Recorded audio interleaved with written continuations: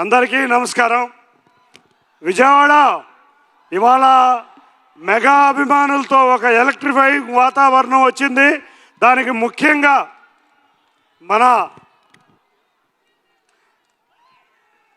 మన రామ్ చరణ్ గారికి విజయవాడ ఈ కార్యక్రమాన్ని తీసుకొచ్చి మనకు ఆనందం పంచినందుకు ఈ విజయవాడ నగర ప్రజల తరపున ధన్యవాదాలు తెలుపుకుంటున్నాం సార్. నిజంగా విజయవాడ అంటే ఎప్పుడు కూడా ఒక సినిమా రాజధాని.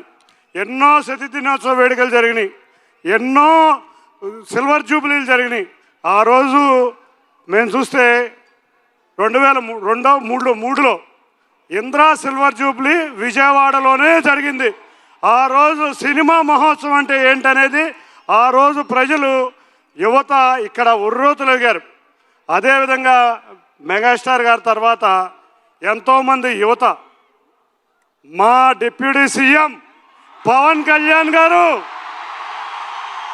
ఆయన నటించిన తమ్ముడు, బద్రీ,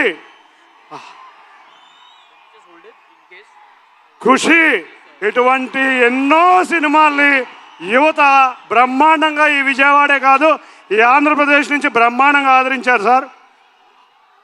అటువంటి తండ్రిని మించిన తనయుడు, బాబాయిని మించిన అబ్బాయి మా రామ్ చరణ్ ఇవాళ విజయవాడలో మళ్ళీ యువత అదేవిధంగా ఈ సినిమాని బ్రహ్మాండమైన చక్కటి ఈ ఫంక్షన్ని ఆదరించాం సార్.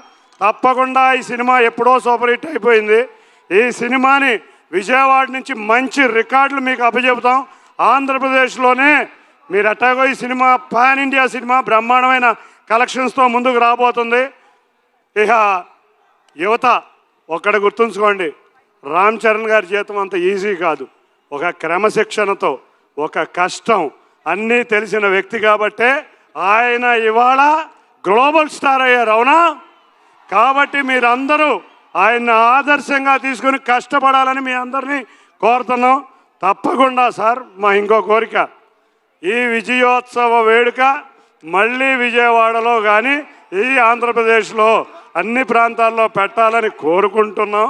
ఇక ప్రొడ్యూసర్లు నిజంగా కోరాం, ఎట్టి పరిస్థితుల్లో విజయవాడలో ఇంద్రా తర్వాత ఒక పెద్ద ఈవెంట్ లేదు మాకు, తప్పకుండా మీరు మంచి ఈవెంట్ పెట్టాలి మా విజయవాడ ప్రజలందరూ కోరిక అని అనగానే వాళ్ళు సహకరించి మీ దగ్గర పర్మిషన్ తీసుకుని మాకు ఇచ్చినందుకు ధన్యవాదాలు సార్.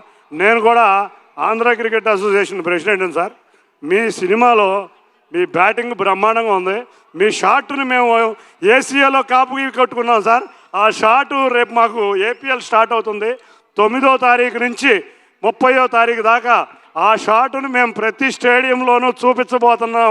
మీ పర్మిషన్ కొంచెం కావాలి దానికి. తప్పకుండా ప్రొడ్యూసర్ గారిది, డైరెక్టర్ గారిది పర్మిషన్ తీసుకున్నాం. ఇక శ్రీదేవి గారు మనకి ఆ రోజు వేటగాడి కాడి నుంచి మొన్నటి అతిలోక సుందరి, జగదేక వీరుడు అతిలోక సుందరి వరకు ఎన్నో సినిమాలు ఆదరించిన వారి కుమార్తె జాన్వి ఇవాళ సినిమాలో నిజంగా ఒక చక్కటి హీరోయిన్ పాత్ర పోషించడం, అది కూడా విజయవాడ రావడం ఆనందంగా ఉంది.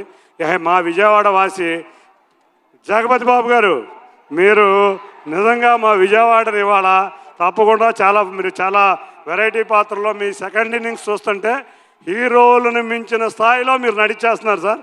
తప్పకుండా మరొకసారి మీరు అందరూ మా విజయవాడని ఆశీర్వదించాలి, మా ఆంధ్రప్రదేశ్ని ఆశీర్వదించాలి. ముఖ్యంగా మా మెగా అభిమానులకి ఇంత కానుకిచ్చిన మీ అందరికీ మరొక్కసారి ధన్యవాదాలు తెలుపుకుంటూ, అందరికీ మరొక్కసారి ఈ విజయం ద్వారా మళ్ళీ రామ్ చరణ్ గారిని విజయవాడ తెచ్చుకుందామని తెలియజేసుకుంటాం. అందరికీ ధన్యవాదాలు. Thank you. అన్నిటికన్నా ముఖ్యంగా 2 ఆస్కార్ అవార్డు గ్రహీతలు వచ్చారు. ఒకళ్ళు రామ్ చరణ్ గారు అయితే మరొక ఆస్కార్ అవార్డు గ్రహీత మన మ్యూజిక్ డైరెక్టర్ రెహమాన్ గారు. నిజంగా రెహమాన్ గారు ఒక గీతం, మా తుజే సలాం అనే ఒక వందే మాతరం అనే ఒక గీతం జాతీయం అంతా భిన్నతలలో ఏకత్వం అనే చూపించిన రెహమాన్ గారికి కూడా బ్రహ్మాండంగా ధన్యవాదాలు తెలుపుకుంటూ, ఇటువంటి అవకాశం ఇచ్చిన అందరికీ పేరు పేరున ధన్యవాదాలు. మరొక్కసారి మెగాస్టార్ అభిమానులకి చక్కటి క్రమశిక్షణతో విజయవాడ నగరంలో ఇంత వైబ్రేషన్ ఉందని మనం అతిథులకు చూపించినందుకు మీకు కూడా ధన్యవాదాలు తెలుపుకుంటూ, thank you Vijayawada, thank you.